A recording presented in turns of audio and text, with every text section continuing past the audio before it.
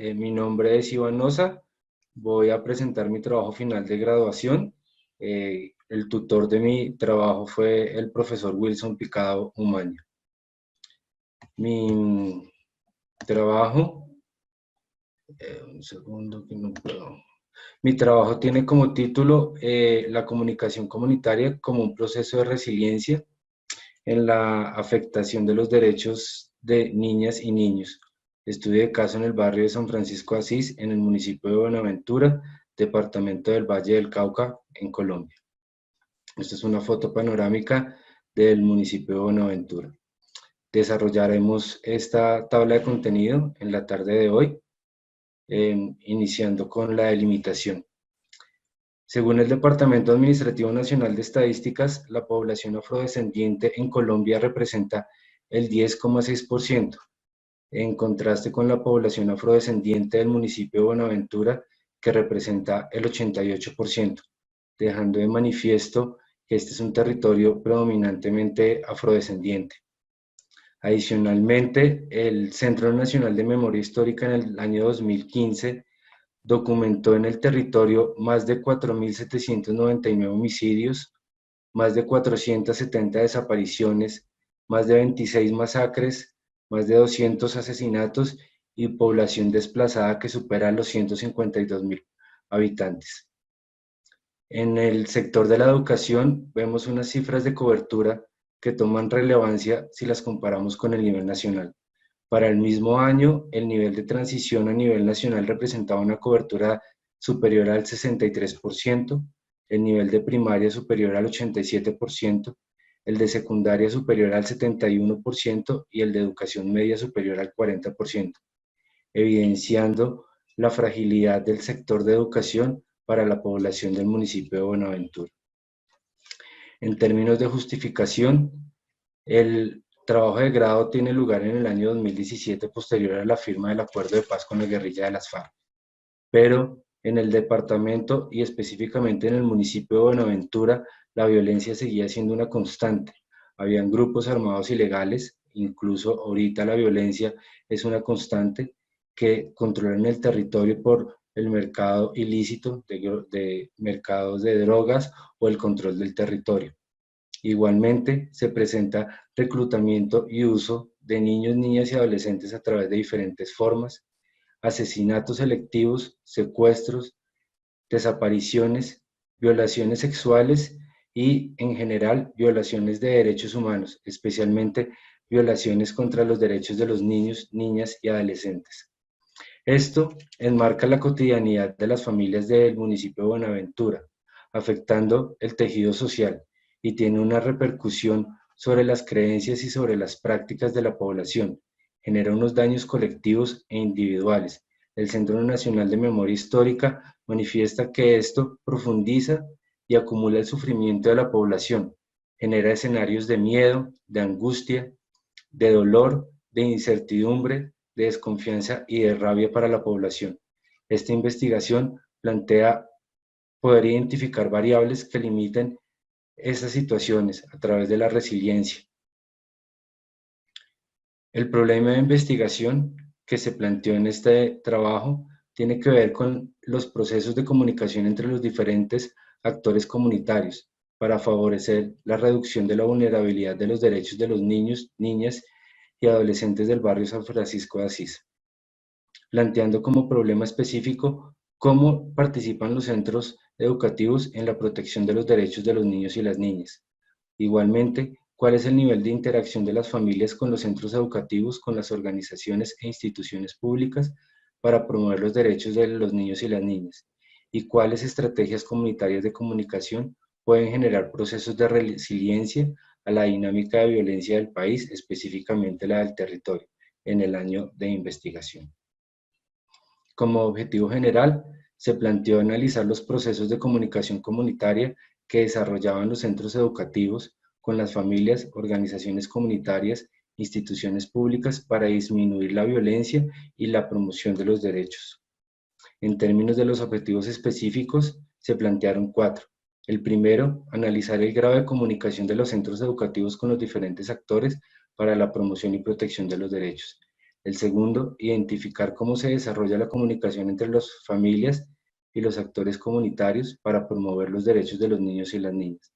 El tercero, categorizar la articulación de la comunicación de las instituciones públicas y las organizaciones comunitarias en la protección de los derechos. Y el cuarto, propiciar un espacio comunitario para el diseño de una estrategia de prevención con un enfoque étnico y cultural, encaminado al fortalecimiento de la comunicación en el territorio. El siguiente punto hace referencia al estado actual del conocimiento, del cual se abarca a través de 4 dimensiones. La primera, que tiene que ver con la comunidad. Aquí se tomó como referencia un estudio de la Defensoría del Pueblo, donde investigó la vinculación de los niños y niñas al conflicto armado en el territorio, el impacto que generaba sobre su desarrollo y los entornos de protección que se estaban desarrollando en el municipio. Desde el espacio escolar se incluyó una investigación de la Corporación Infancia y Desarrollo, en la que desarrolló una metodología para promover la escuela como un espacio de protección para los niños, niñas y adolescentes, vinculando otros actores comunitarios.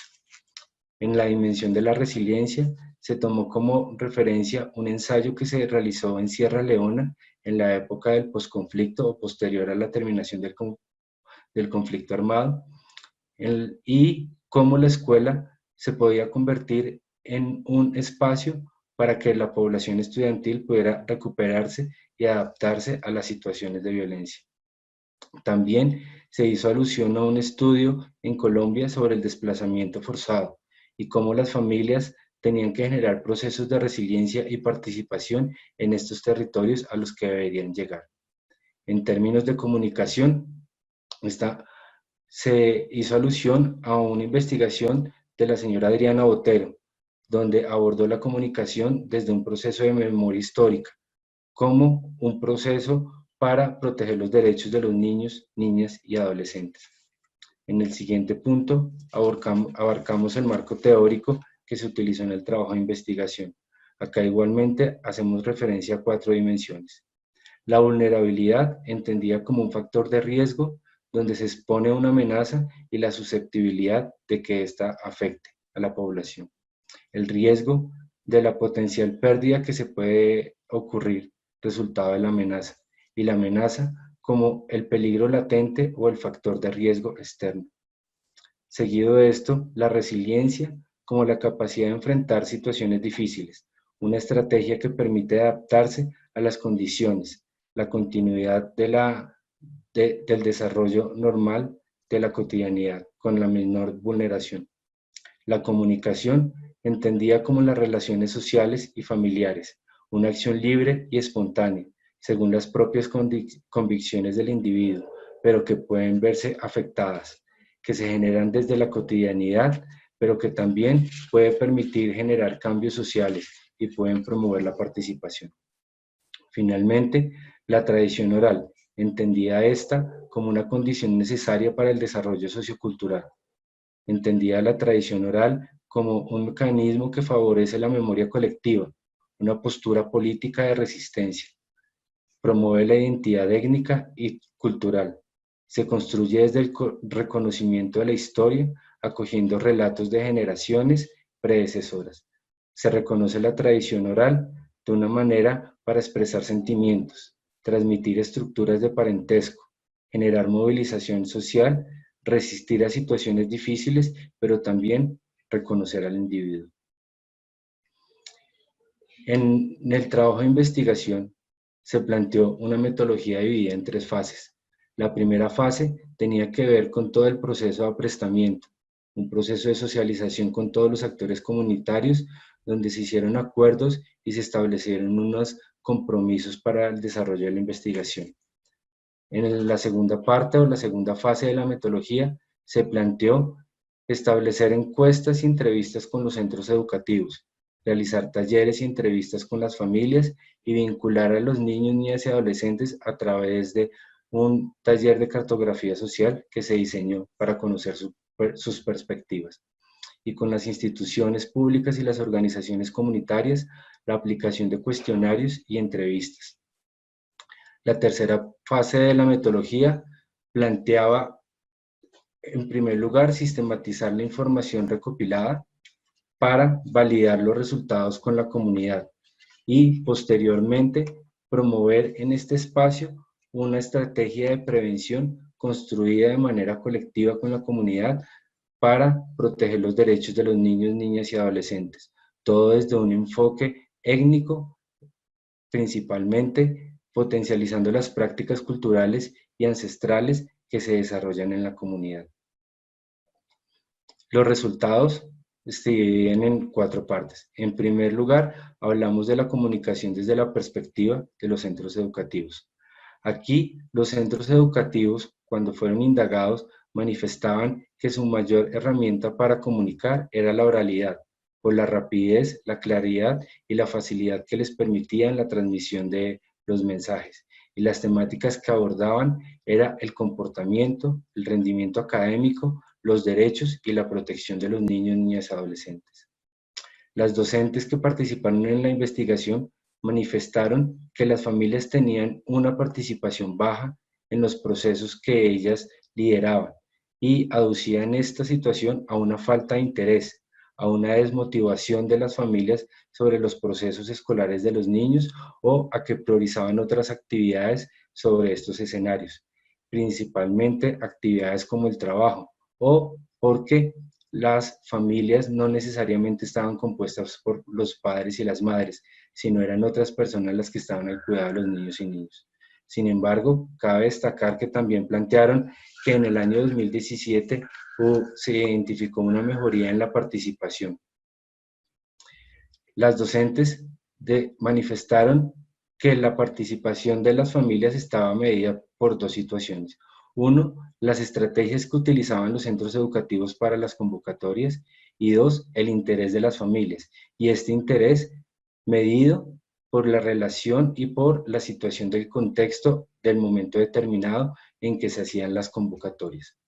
Frente a la indagación de cómo fortalecer la participación, las docentes manifestaron que era necesario involucrar a las familias, pero esto suponía una participación activa y para que esto sucediera necesitaban fortalecer capacidades para que esta participación generara realmente cambios. Y en segundo lugar, un compromiso y un acercamiento de los centros educativos a las familias. Igualmente, se indagó con los centros educativos cuál era la participación de estos y la comunicación con los actores comunitarios. Manifestaron que las organizaciones comunitarias y las organizaciones internacionales fueron unas aliadas en el trabajo que desarrollaron, porque permitían articular actividades para promover acciones de protección y promover la preservación de la cultura. Frente a esta misma indagación, pero con las instituciones públicas, manifestaron que no había ningún tipo de articulación y que no había comunicación.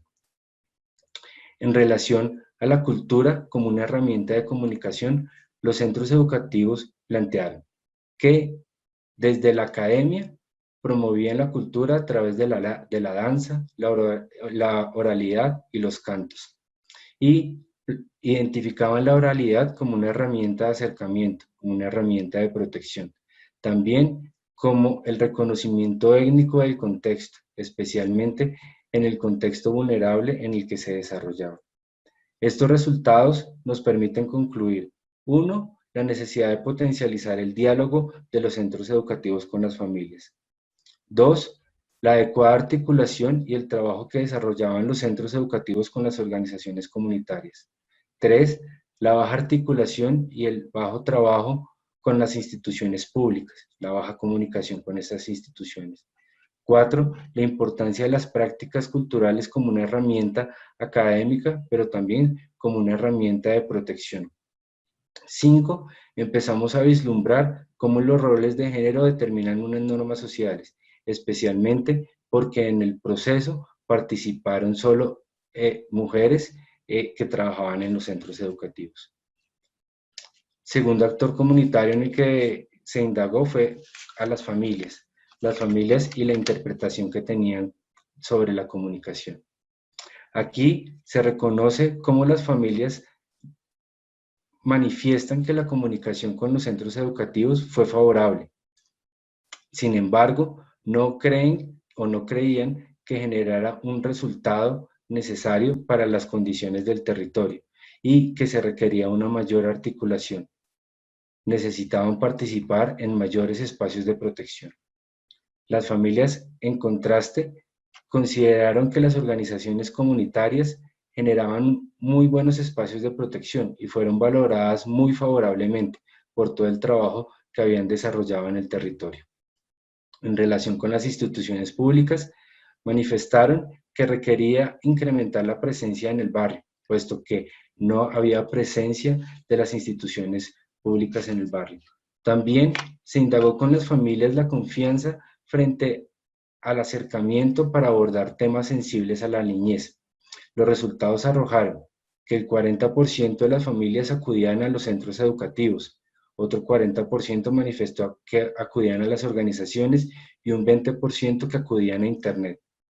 Y frente a las personas que más confianza le generaban para abordar temas sensibles, los resultados arrojaron que eran otras personas del barrio, luego las propias familias y seguido de centros educativos y organizaciones. Los temas que abordaban se enfocaban en la violencia, la protección, el uso del tiempo libre de los niños, niñas y adolescentes, el consumo de sustancias psicoactivas, la prevención del embarazo adolescente o la estructuración de proyectos de vida.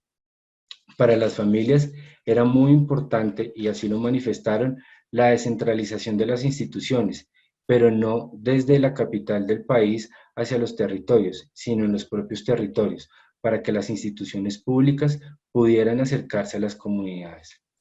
En relación con la cultura y con las prácticas culturales, las familias manifestaron en un 87% que conocían las prácticas de crianza ancestrales, pero solo un 37% manifestó que las utilizaban en la actualidad, aduciendo que se habían perdido costumbres, especialmente la costumbre de una crianza colectiva, que era propia de las culturas afrodescendientes, pero que el contexto actual no lo permite por la situación de violencia. También manifestaron que las tradiciones son una oportunidad para transformar la realidad del territorio. Finalmente, se indagó con las familias sobre los roles de género. En este sentido, las familias manifestaron que en el territorio se evidencian situaciones de machismo, roles diferenciados entre hombres y mujeres. Esto repercute en el respeto entre las familias, al interior de las familias, y también tiene un impacto porque genera un diálogo disminuido en términos de hablar sobre la protección de los derechos. En conclusión, los resultados que arrojaron las familias fueron los siguientes. Se requieren ambientes necesarios de participación para las familias. Es necesario indagar sobre los roles de género en el territorio. Hay una buena comunicación de las familias con los centros educativos. Se valora favorablemente el trabajo de las organizaciones comunitarias. Hay una nula comunicación con la institución en el territorio. Se requiere una mejor articulación. Es necesario que los actores comunitarios generen una mayor confianza con las familias. Las familias reconocen la vulnerabilidad del territorio. También las familias reconocen como un aspecto fundamental la identidad, la cultura y su reconocimiento étnico. Y esto enfocado como prácticas culturales que les permiten generar procesos de resiliencia. En cuanto a la indagación con las organizaciones comunitarias y con las instituciones públicas, en primer lugar, se indagó a las instituciones públicas. Acá, estas manifestaron que su enfoque de comunicación y de articulación estaba medida por cómo estaban establecidas constitucionalmente sus mandatos, y los canales de comunicación son los canales institucionales. Un 80% de las instituciones planteó que no había una comunicación directa con las familias y un 60% planteó que no habían desarrollado proyectos en el barrio.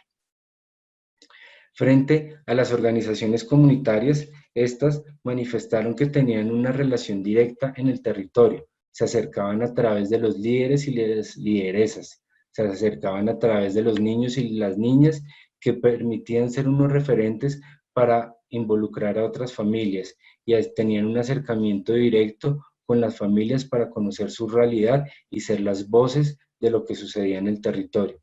Tenían una oferta de proyectos a través de formación o a través de actividades lúdico-recreativas, entendiendo estas actividades lúdico-recreativas como un aspecto mucho más trascendental, porque a través de la cultura generaban procesos de prevención y protección de violencias. Pero también las organizaciones comunitarias manifestaron la poca articulación con la institucionalidad.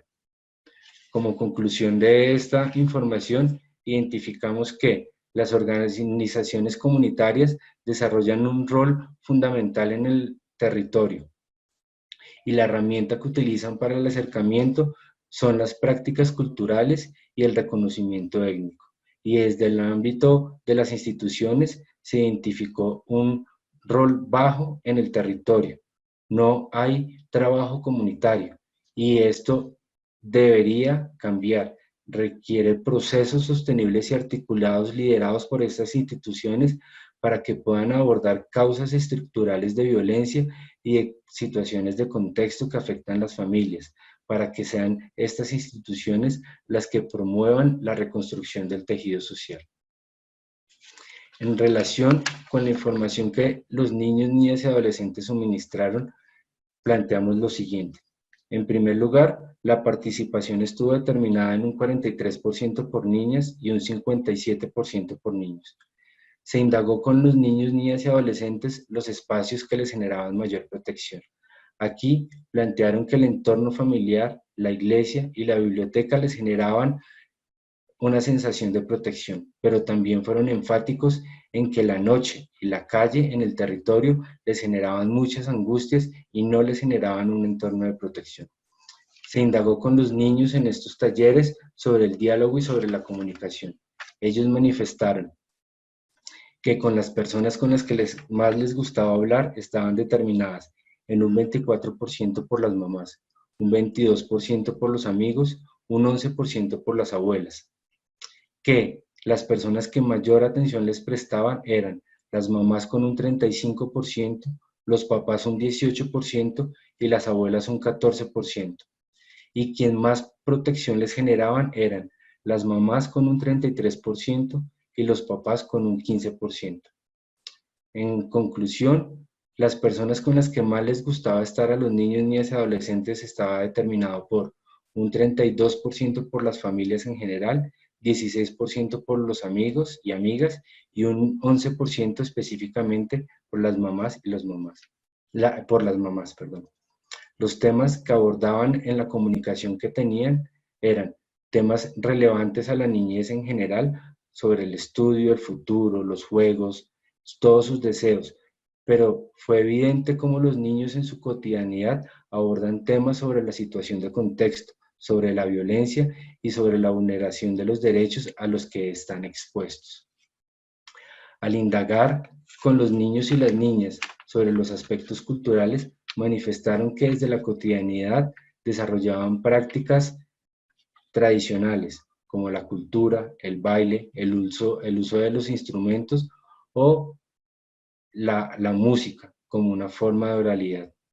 Concluimos de estos resultados y de la información recopilada con los niños, niñas y adolescentes que nuevamente queda de manifiesto la importancia de hacer un análisis a profundidad sobre los roles entre los hombres y las mujeres en el barrio y cómo esto determina unas normas sociales, pero también cómo esto media en la protección frente a los derechos de los niños, niñas y adolescentes.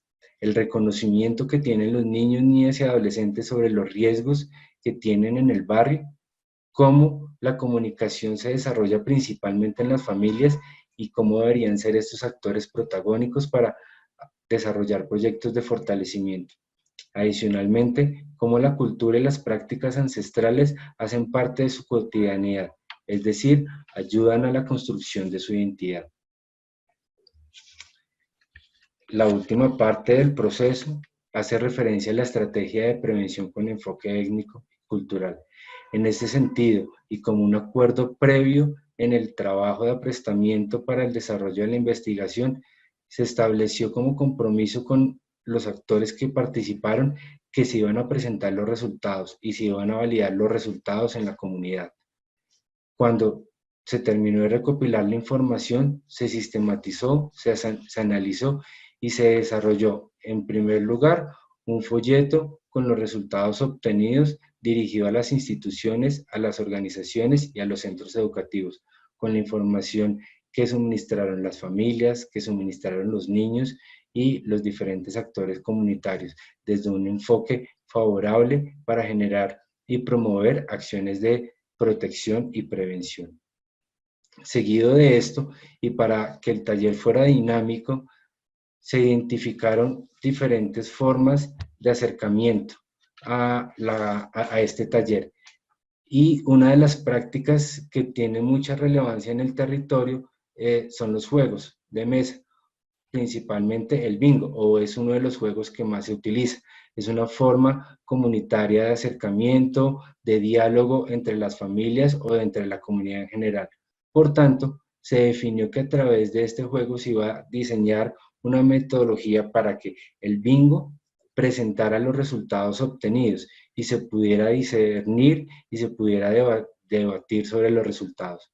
Cada bingo estaba representado por un actor comunitario y debajo de cada número estaban las respuestas o el análisis de la información recopilada.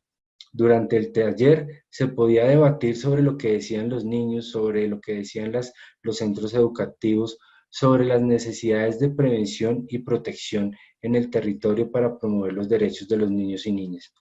Este no era el objetivo de la estrategia de prevención, pero en este taller resultó esta actividad ser muy favorable y tuvo una acogida por parte de la comunidad muy buena, lo que generó que ellos manifestaran que querían quedarse con el bingo y con toda la metodología diseñada en el taller como una estrategia para que pudieran usar en la cotidianidad, no solo en el día en el que se desarrolló en el taller, sino en otros espacios que ellos frecuentaban para promover los mismos debates y promover los mismos análisis frente a la prevención y frente a cómo poder generar acciones de resiliencia desde la cotidianidad, desde la comunicación y desde el rol que desarrolla cada uno de los actores.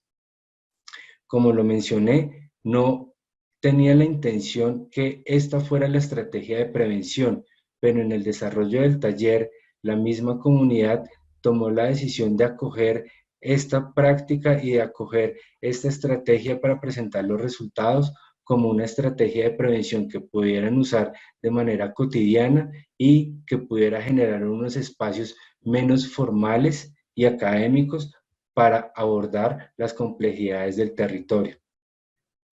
Seguido de esto, como una de las prácticas predominantes de la población, tiene que ver con la música.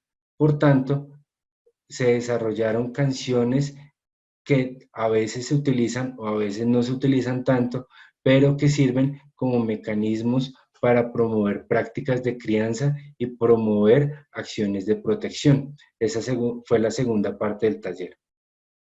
Entonces, como lo mencioné, sin que fuera el objetivo per se de este taller, porque la idea era que una vez validados los resultados, conjuntamente se diseñara una estrategia comunitaria que pudiera promover la comunicación. El bingo fue acogido como esa estrategia y fue identificada la metodología para el trabajo para que en otros escenarios y en otros espacios, tanto del trabajo que desarrollan organizaciones comunitarias como los centros educativos o la misma comunidad, pudieran jugar, pero también a través de este juego pudieran abordar los temas más sensibles frente a la protección de los niños, niñas y adolescentes frente a las vulneraciones que les presenta el territorio. Muchas de ellas no pueden ser abordadas o los riesgos no pueden ser matizados por las comunidades, pero sí pueden generar acciones para la reducción de esas vulneraciones, prácticas que permitan que los niños, niñas y adolescentes estén menos expuestos, prácticas que les permitan mejorar procesos de comunicación para acercarse más a las necesidades de los niños, niñas y adolescentes en su desarrollo. Finalmente, tenemos la presentación de las conclusiones y de las recomendaciones. Estas se van a realizar a través de la presentación del siguiente video.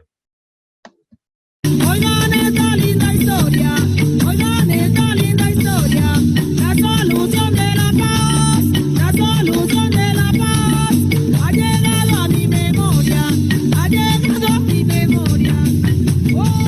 Las escuelas son un escenario que enmarca capacidades de protección para favorecer la garantía de los derechos. No obstante, estos espacios requieren un acompañamiento estatal para fortalecer capacidades que sobrepasan el desarrollo normal de los estándares académicos. Las organizaciones comunitarias reflejan su potencialidad en promover desarrollo comunitario, en asumir un rol como aliadas de las familias para generar acciones de prevención y protección. Son un pilar que permite acercar a la comunidad con institucionalidad. Adicionalmente, son las principales asociadas de las familias en el territorio. Reconociendo este potencial, las organizaciones comunitarias deberían ser el canal de comunicación entre las instituciones públicas y la comunidad, permitir desde su rol ser las voces de las familias, las cuales demandan una mayor presencia del Estado para formular proyectos que se encaminen en abordar las causas estructurales de las complejidades del contexto. La resiliencia como una herramienta de transformación y resistencia es intrínseca a la naturaleza y cotidianidad de las familias. Desde un legado histórico, las familias son resilientes a las adversidades que una realidad ajena a sus deseos busca afectar. Esta podría ser una característica que permita generar desarrollo comunitario, si las condiciones exógenas de las familias son abordadas, promoviendo la valoración y transformación de prácticas que consideren no se alineen con sus perspectivas de desarrollo. Indagando con las familias, se identificaron diversos entornos de protección que son reconocidos y que pueden ser potencializados, ya sea a través de la ejecución de proyectos o desde el fortalecimiento de espacios comunitarios. Se requiere promover prácticas de protección encaminadas al reconocimiento de la niñez y la adolescencia como sujeto de derechos, que incluya su participación constante en escenarios decisorios y analíticos. Reconocer a los niños, niñas y adolescentes como actores protagónicos de su desarrollo es una necesidad apremiante para garantizarles sus derechos. Es una responsabilidad que abarca a toda la sociedad. Exige una mirada que trascienda el autocentrismo, poniendo de manifiesto que este grupo poblacional puede y debe ser protagonista en su desarrollo. Niñez y adolescencia demanda y exija de la comunidad el respeto sobre su existencia, para no perpetuar una sociedad con tejidos sociales afectados por las consecuencias de la violencia. No promover acciones de transformación del contexto vulnerable puede perpetuar una pobreza estructural que continúa en ciclos generacionales, limitando las posibilidades de un desarrollo comunitario con enfoque de niñez. Las funciones del Estado en garantizar las condiciones de desarrollo de una comunidad son innegables, pero una visión centralizada de sus funciones puede no generar los resultados apropiados para cumplir su mandato. Es apremiante promover un cambio de visión y reconocer la diversidad de los territorios para generar espacios de diálogos en los que las familias identifiquen las condiciones requeridas para su desarrollo. La cotidianidad refleja la capacidad de la comunicación para interlocutar en la comunidad, pero su potencialidad es mucho más trascendental para el desarrollo de las familias. La comunicación es la herramienta fundamental en la estructuración de nuevas alternativas. Es el camino para la innovación. La comunicación es la esperanza de la comunidad que resiste y que se necesita ser escuchada, que aboga porque no se pierda el potencial de una acción que define la identidad. Reconocer la diversidad de la comunidad es reconocer su historia, reafirmar su resistencia, reivindicar su exclusión. Es promover un entendimiento sobre la multiplicidad de las tradiciones y de las prácticas culturales. No se trata de la afirmación sobre la existencia de una comunidad afrodescendiente. Es trascender de este imaginario para aprender sobre su construcción de identidad que se cimienta en cientos de años en la consolidación de una sociedad que coexiste en un país diverso. Entender la sobreexposición de las comunidades a un contexto complejo sobre el que existe una percepción de abandono y exclusión podría ser asertivo para indagar sobre la inapetencia de la comunidad en participar en procesos que se promueven en el territorio. No puede generarse un juicio a priori sobre la participación sin establecer las causas que han originado esta realidad en la comunidad. Se evidenció una complejidad en los roles de género en torno a la niñez. Los resultados en la investigación evidenciaron una necesidad de construir o promover un diálogo sobre las masculinidades y su responsabilidad frente al desarrollo de los niños, niñas y adolescentes. Fue evidente cómo las normas sociales dan cuenta de un comportamiento diferenciado de hombres y mujeres. Esto debe ser abordado con el análisis integral de las prácticas que se desarrollan en función del sexo, para garantizar escenarios de protección donde los roles de género no sean una afectación sobre el desarrollo de las familias. La comunidad ha identificado que la falta de articulación entre los diferentes actores es una limitante para la sostenibilidad de los procesos. Es por esta razón que, entre otras, puede explicarse la reticencia de la participación. Es una evidencia para promover procesos integrales que trasciendan las necesidades institucionales u organizativas a las necesidades comunitarias. Se evidenció que la suma de las acciones o actividades no logra impactar en la transformación de la realidad comunitaria, lo que pone de manifiesto la importancia de promover un mayor trabajo comunitario articulado e integral. Este debe ser liderado a través de una participación comunitaria que promueva acuerdos para proteger las familias de las vulneraciones. La comunidad reconoce la realidad compleja del territorio, pero sobre todo exaltan sus deseos y sus esperanzas de transformación. Es una constante familiar. Desear un mejor bienestar para las niñas, niños y adolescentes. Una mezcla entre los sueños del futuro y el otro territorio contado por las abuelas y los abuelos. Esta generación tiene las marcas del dolor, de la guerra y de la violencia, pero con añoranza desea que eso sea un recuerdo para contar a sus hijos e hijas y no la certeza del dolor que tendrán que sufrir.